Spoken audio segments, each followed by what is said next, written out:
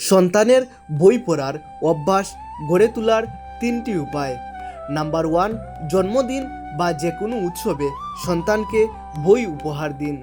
সন্তানের বই পড়া শেষ হওয়ার পর তাকে প্রশ্ন করুন বইটি সম্পর্কে। তার পছন্দের চরিত্র কোনটি ছিল, কার মতো হতে চায় বড় হয়ে, সেটা জানতে চান। এতে করে তার মধ্যে বাইরের চরিত্রের গভীরতা বিশ্লেষণের প্রবণতা তৈরি হবে এবং তার নিজের একটি দারুণ কল্পনার জগৎ সৃষ্টি হবে।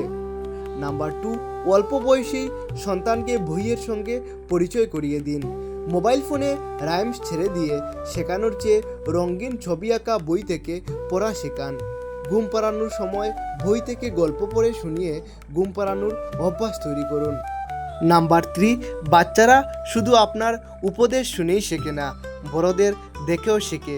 তাই অভ্যাস তৈরি করতে নিজেকে বদলাতে হবে। আগে নিজের বই পড়ার অভ্যাস ফিরিয়ে আনতে হবে।